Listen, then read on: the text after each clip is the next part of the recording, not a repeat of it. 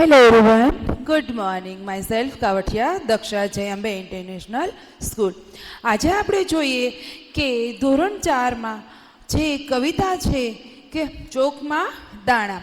આપણે ખ્યાલ છે કે આપણા આંગણામાં જ્યારે પક્ષીઓ દાણા ચણવા માટે આવે છે ત્યારે આપણે આવો પારેવડા, આવો ને ચકલા, આવી રીતે પોયમ ગાઈને આપણે એમને બોલાવતા હોઈએ છીએ.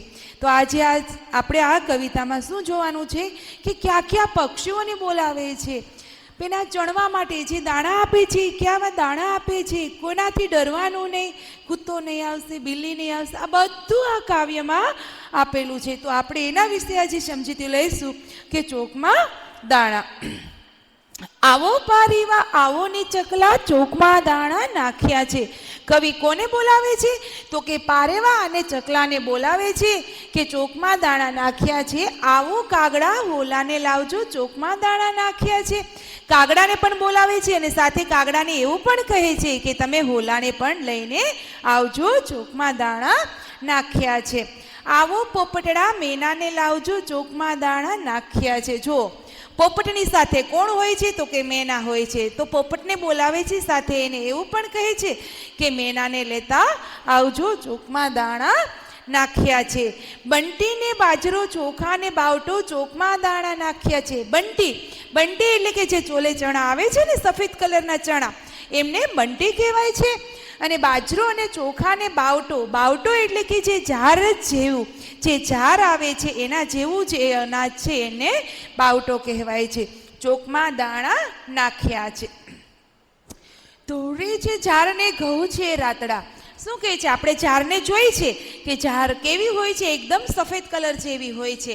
અને ઘઉંનો કલર કેવો હોય છે? રાતા જેવો, એટલે કે રાતડા. એટલે કવિએ કહેલું છે કે ધોળી છે ઝાર અને ઘઉં છે રાતડા, ચોકમાં દાણા નાખ્યા છે. આવો કાબરબાઈ, કલબલ ના કરજો, ચોકમાં દાણા નાખ્યા છે. જો કવિ કાબરને બોલાવે છે. આપને ખ્યાલ છે કાબર બોલતી હોય ત્યારે કલબલ કલબલ કલબલ એમનો અવાજ આવતો હોય છે. એટલે કવિ કહે છે કે આવો કાબરબાઈ, કલબલ ના કરજો, ચોકમાં દાણા નાખ્યા છે. બિલાડી નહીં આવશે, કૂતરો નહીં આવશે. જો કવિ એ પણ કહે છે કે બિલાડી અને કૂતરો, તમે જ્યાં ચણવા માટે આવો છો, જ્યાં દાણા ખાવા માટે આવો છો, ત્યાં બિલાડી અને કૂતરો ત્યાં આવશે નહીં. ચકચક કરજો ને કટકટ કરજો, ચોકમાં દાણા નાખ્યા છે. ચકચક એટલે બધા પક્ષીઓ, આપને ખ્યાલ જ છે, પોતાના અવાજથી કંઈક ને કંઈક બોલતા જ હોય છે. કબૂતર છે તો કંઈક ઘૂઘું બોલતો હોય છે, હોલું છે, ચકલી છે, આ બધા પોતપોતાના અવાજથી કંઈક ને કંઈક બોલતા હોય છે. એટલે ચકચક કરજો અને કટકટ કરજો, એટલે કે જે અનાજ ખાઈએ છીએ ત્યારે આપણે ખ્યાલ છે કે અવાજ આવતો હોઈએ છે, એટલે કે અનાજને ખાતા જાજો, કટકટ કરતા જાજો, ચોકમાં દાણા નાખ્યા છે. કવિ એવું કહે છે કે બધા પક્ષીઓ સાથે મળીને આનંદથી ગીત ગાતા ગાતા પોતે દાણા ખાવા માટે આવો, કોઈનાથી ડરવાનું નહીં છે.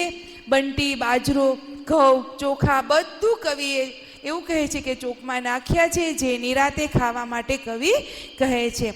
બેટા, આપણે એ કવિતામાં એવું શીખવાનું છે કે જે આપણે પક્ષીઓ છે એ પક્ષીઓને શું કરવું જોઈએ કે એને ખાવા માટે જે અનાજ, કઠોળ છે કંઈ આપણે આપતા હોઈએ છીએ તો વ્યવસ્થિત આપવું જોઈએ.